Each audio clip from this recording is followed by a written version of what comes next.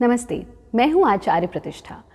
भारत जो पूरे विश्व को स्वास्थ्य प्रदान करता है, भारत जिसने पूरे विश्व को योग का वरदान दिया, ये दुर्भाग्य की बात है कि आज स्वयं वो भारत डायबिटीज़ और हार्ट एलिमेंट्स की कैपिटल बनता चला जा रहा है। डायबिटीज़, मधुमेह, जिसे हम शर्करा भी कहते हैं, डायबिटीज़ की प्रॉब्लम में योग आपके लिए रामबाण का कार्य कर सकता है। यदि आप नियमित रूप से योगाभ्यास करते हैं तो आप डायबिटीज़ की समस्या को कंट्रोल भी कर सकते हैं और इससे निजात भी पा सकते हैं।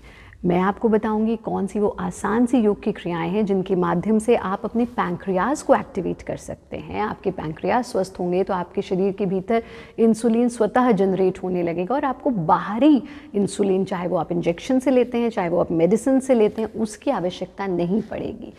कौन सी हैं वो आसान सी योग की क्रियाएं, ये मैं आपको बताऊंगी, लेकिन उससे पहले आज का योग विचार। यदि आपके पैसे ख़त्म हो जाएं तो 90% ऑफ योर फ्रेंड्स एंड रिश्तेदार, यानी 90% आपके रिश्तेदार और आपके दोस्त भी कम हो जाएंगे।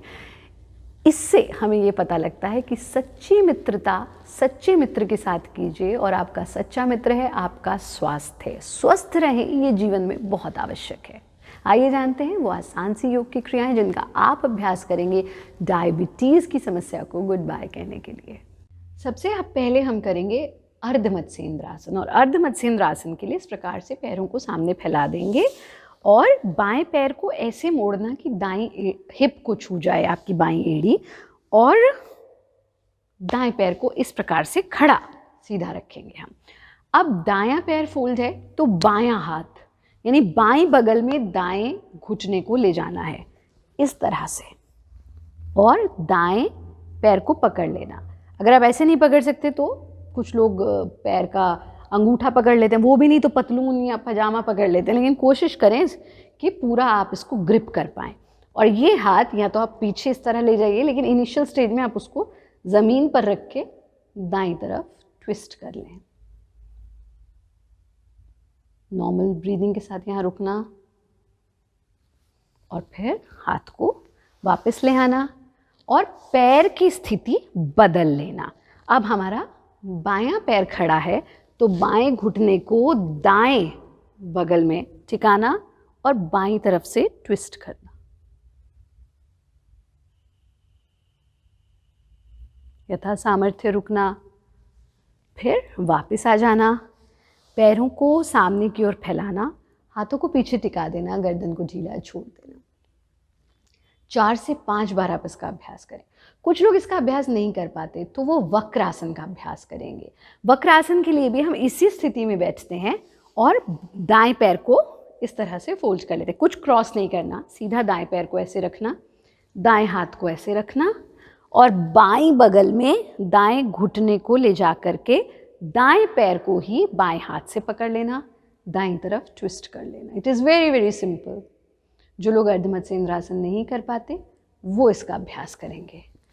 वापस ले आना, हाथ को, पैर को फैला देना, फिर बाएं पैर को फोल्ड करना और यही क्रिया दाएं हाथ से रिपीट करते हुए बाएं तरफ ट्विस्ट करना।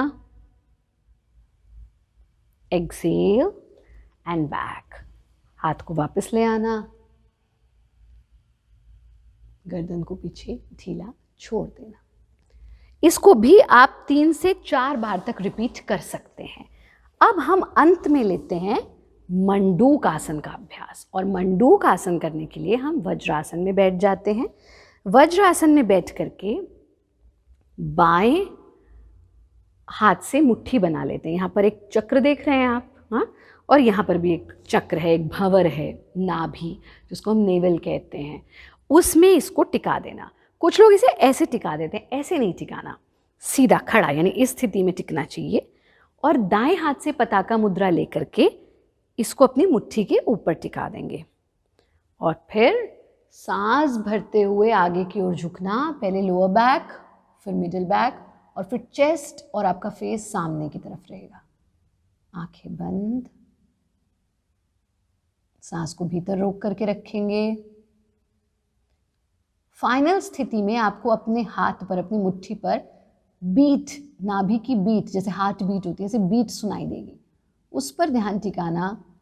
जब लगे और सांस नहीं रोक पा रही हूँ या रोक पा रहा हूँ तो सांस छोड़ते हुए शरीर को वापस ले आना, पूरे शरीर को ढीला छोड़ देना।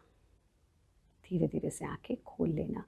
3 से 4 बार आप इसको भी रिपीट कीजिए। साथ में आप सूर्य नमस्कार का अभ्यास कीजिए, नाड़ी शोधन प्राणायाम का अभ्यास कीजिए, क्रियाओं का नियमित अभ्यास कीजिए। और हमारी सबसे पहली पुस्तक जो हमने लिखी थी लॉन्ग बैक, वो थी diabetes why die a bit easy. जाते जाते क्या आपको अपने भोजन में चेंजेस करने हैं वो ज़रूर लेते जाएं।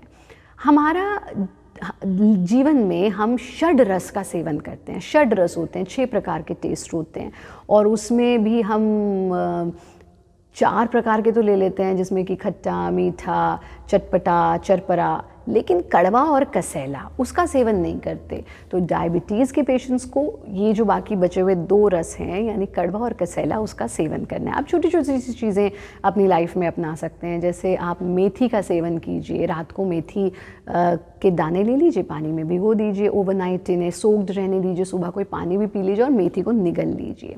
इसके साथ आप अपने डाइट में करेले का जूस का सेवन कर सकते हैं, उसे ऐड कर सकते हैं। आप लौकी के जूस को भी ऐड कर सकते हैं, पर करेले को लौकी के साथ, लौकी को करेले के साथ, करेले को टमाटर के साथ, टमाटर को किसी और चीज़ के साथ मिक्स करके नहीं खाएं। ये आपके लिए बहुत नुकसानदायक हो सकता है। करेला मीन्स प्योर करेला, लौकी मीन्स प्योर लौकी, इनके जूसेस को आप मिक्स नहीं करेंगे। आप नीम का सेवन कर सकते हैं। नीम की स्टिक ले लीजिए और दातुन ले। अगर आप नीम के पत्ते खा सकते हैं तो ये तो सर्वोत्तम है। यानी दिन की शुरुआत अगर आप 2 नीम के पत्ते खा करके करें तो आपकी इम्यूनिटी भी बहुत स्ट्रांग रहेगी, आपका ब्लड प्योरीफाइड रहेगा। डायबिटीज़ तो आपको कभी हो ही नहीं सकती। लेकिन अगर आप ऐसा नहीं कर सकते तो आप नीम की स्टिक ले लीजिए, जिसको हम दातुन कहते हैं, और इस तरह से उसको चबाइए। जो अंदर रस बचेगा उसको भीतर ले लीजिए, और जो डंडी है उससे अपने दांत को, जैसे हम पेस्ट करते हैं, ब्रश करते हैं, ऐसे क्लीन कर लीजिए। तो आपके दांत भी स्वस्थ रहेंगे और आपको आपका डायबिटीज़ भी, आपका शुगर लेवल भी कम होना शुरू हो जाएगा। पानी खूब पीजिए, प्रकृति के साथ समय बिताइए, हरी हरी घास पर थोड़ी देर चलिए ज़रूर, स्ट्रेस से दूर रहिए, गहरी अच्छी नींद लीजिए और हमारा कार्यक्रम देखते रहिए।